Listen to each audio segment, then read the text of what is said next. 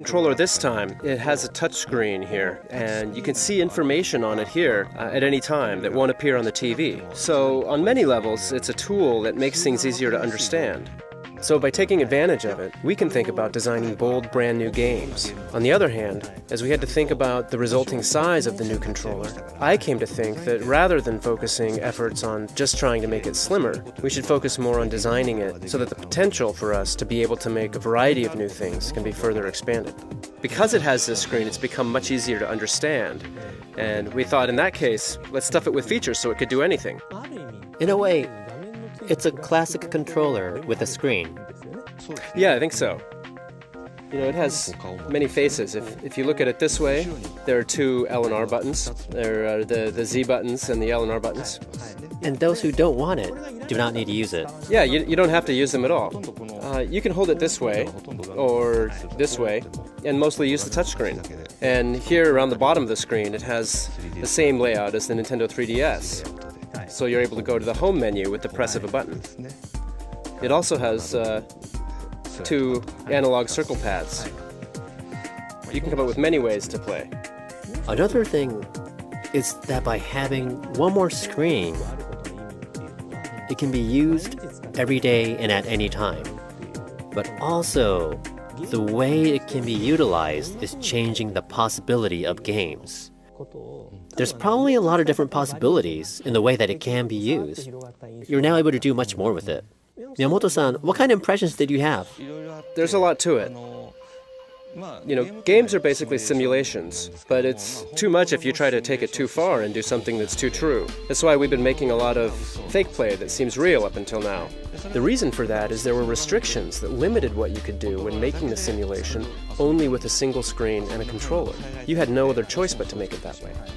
But now it can be more real, or seem more realistic. I think we're able to add more realism in different ways without making the gameplay too difficult. I mean, I laugh at myself about this, but the game of golf, I don't play a whole lot of golf at all, so when the golf ball gets stuck in the rough terrain, I don't really understand how tough that is. But if I put this on the floor, it shows images of the ball buried under the grass. I get a sense of how tough it is in the rough. You can look at the ball, you can see what's ahead of you, and look at the ball again and see what's ahead again. You can look down and away as you swing the club. Even with the Wii remote and how it can be swung like a golf club, you never look down. Until now, at least.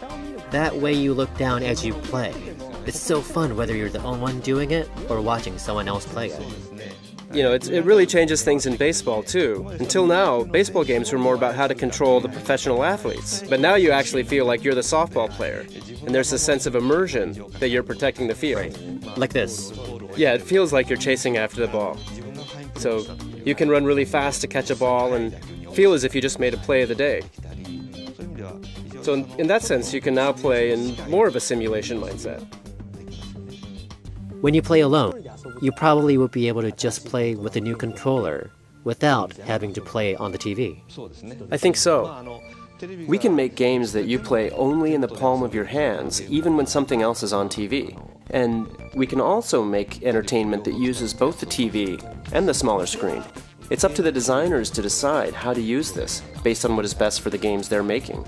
The hardware itself has the capability, so the games can be designed both ways.